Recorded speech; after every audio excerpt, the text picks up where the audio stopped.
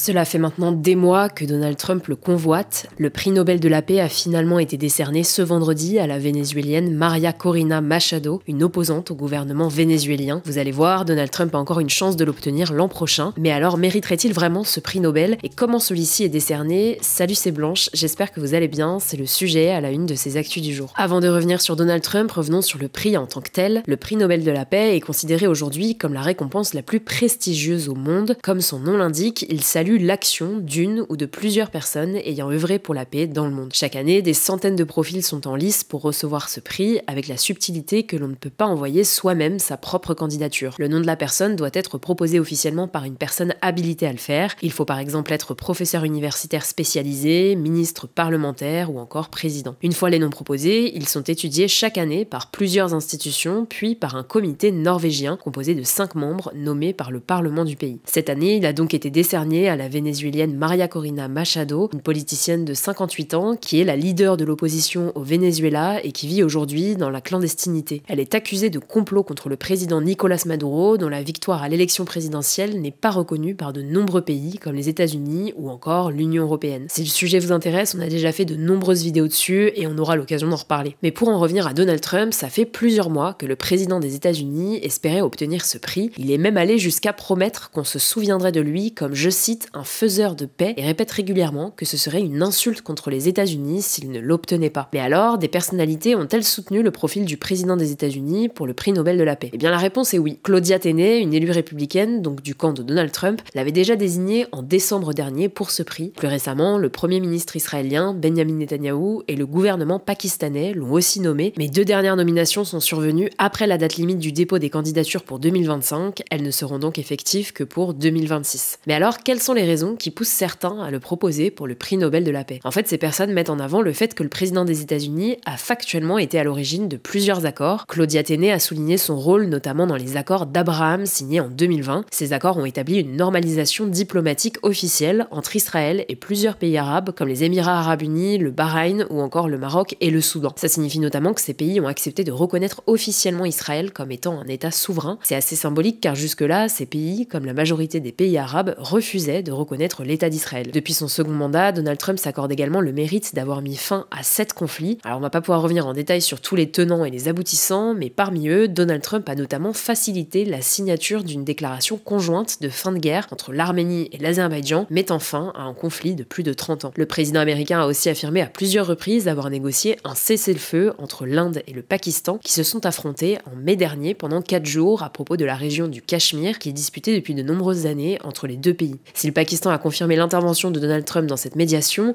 le premier ministre indien, Narendra Modi, a démenti catégoriquement toute participation du président américain aux négociations. La reconnaissance de ce rôle de médiateur est donc sujette à controverse. Plus récemment, Donald Trump affirme aussi avoir accordé la paix entre Israël et l'Iran en annonçant un cessez-le-feu complet et total entre les deux pays le 24 juin dernier. Israël et l'Iran avaient échangé de nombreux tirs de missiles après des bombardements israéliens sur des sites nucléaires iraniens, accusés par Israël et Donald Trump notamment de développer en secret la bombe atomique. Là encore, la participation américaine est contestée puisque les États-Unis ont eux-mêmes été partie prenante au conflit en envoyant des missiles sur les sites nucléaires iraniens. À noter également que les relations entre Israël et l'Iran, considérées comme ennemis jurés, sont aujourd'hui loin d'être apaisées. Les différentes tentatives de résolution du conflit en Ukraine par les États-Unis, qui sont à ce stade sans succès, sont aussi régulièrement citées par ses soutiens. Enfin, on peut aussi parler de l'accord de paix pour Gaza présenté par Donald Trump et dont le premier volet a été accepté par Israël et le Hamas cette semaine. Selon de nombreux analystes, la pression exercée par les États-Unis sur le Hamas mais aussi sur Israël aurait permis de mener ce vendredi à la première étape de cet accord et à l'entrée en vigueur d'un cessez-le-feu ce vendredi. On vous en parlait hier, mais ce plan prévoit notamment un cessez-le-feu entre les parties, un retrait partiel des troupes israéliennes dans la bande de Gaza et la libération d'otages israéliens en échange de milliers de Palestiniens détenus en Israël. Face à tout ça, Donald Trump affirme désormais avoir mis fin à 8 guerres en soulignant, je cite, que celle de Gaza était la plus importante de tous. Pour autant, là-dessus encore, l'historien et spécialiste du Nobel Hassel Sveen a souligné à l'AFP qu'en affirmant cela, Donald Trump oublie de citer qu'il a longtemps, je cite, donné les mains libres à Benjamin Netanyahou pour bombarder Gaza tout en accordant une aide militaire importante.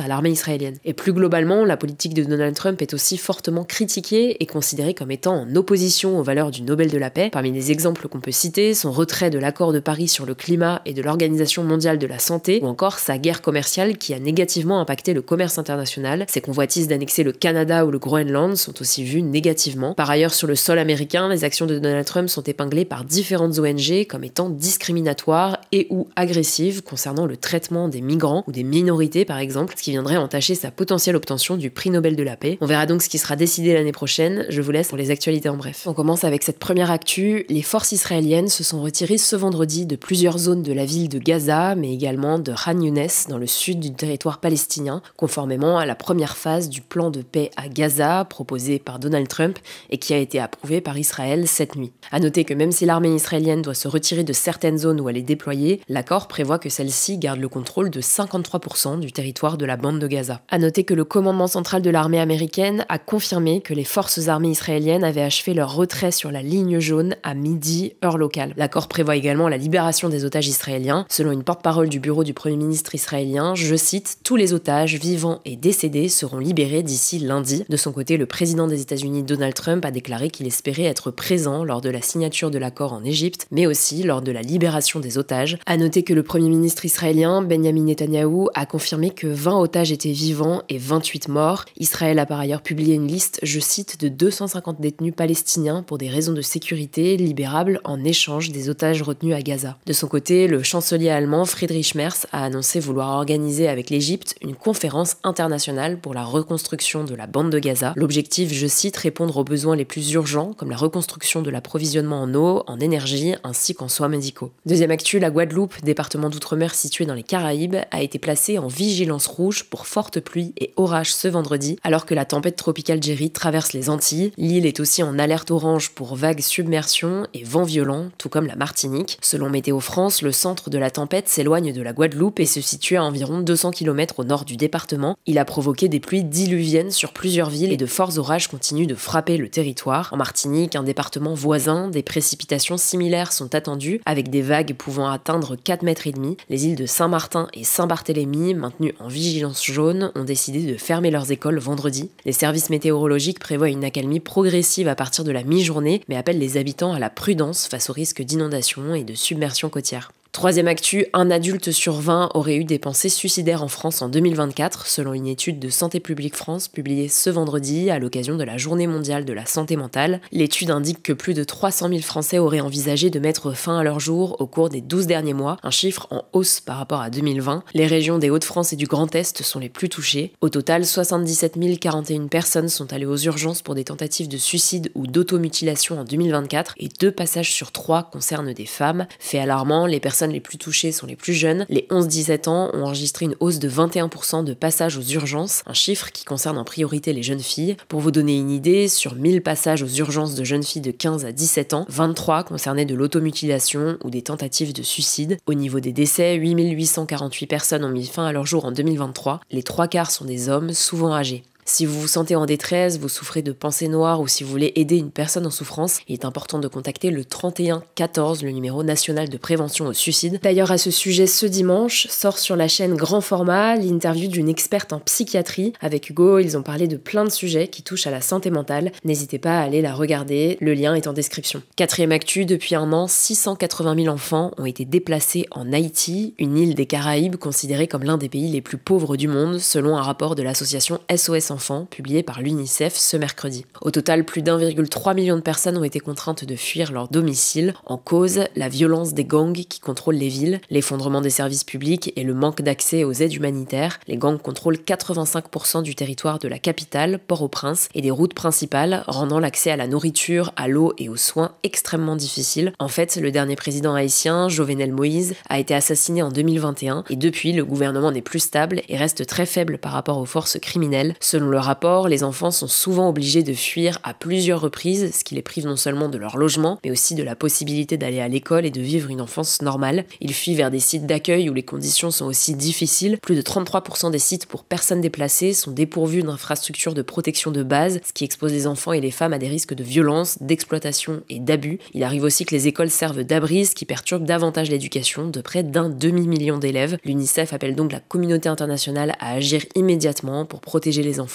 Cinquième actu, une partie de Kiev, la capitale de l'Ukraine, a subi une coupure d'électricité et d'eau à la suite d'une attaque menée par la Russie dans la nuit de jeudi à vendredi. Des missiles et drones russes ont visé les infrastructures énergétiques de la ville. Selon les autorités ukrainiennes, 9 autres régions du pays ont également été touchées. En fait, depuis plusieurs semaines, la Russie intensifie ses frappes contre le réseau électrique ukrainien à l'approche de l'hiver, comme à l'hiver 2022-2023. Ces attaques visent à, je cite, semer le chaos et faire pression psychologique sur la population, selon le président ukrainien Volodymyr Zelensky, qui a appelé ses alliés à livrer davantage de systèmes de défense aérienne et à durcir les sanctions contre la Russie. Face aux frappes répétées, les autorités de plusieurs villes ukrainiennes recommandent aux familles de quitter les zones exposées avant l'hiver. Une délégation ukrainienne doit se rendre aux États-Unis dans les prochains jours pour évoquer l'aide énergétique et militaire. On suivra ça. Et on termine avec cette actu. La présidente du Pérou depuis 2022, Dina Boluarte, a été destituée par le président de son pays ce jeudi pour, je cite, incapacité morale permanente, alors que le Pérou traverse une crise sécuritaire. Elle a dénoncé une décision injuste. Cette décision, elle intervient en fait après plusieurs motions de censure visant Dina Boluarte,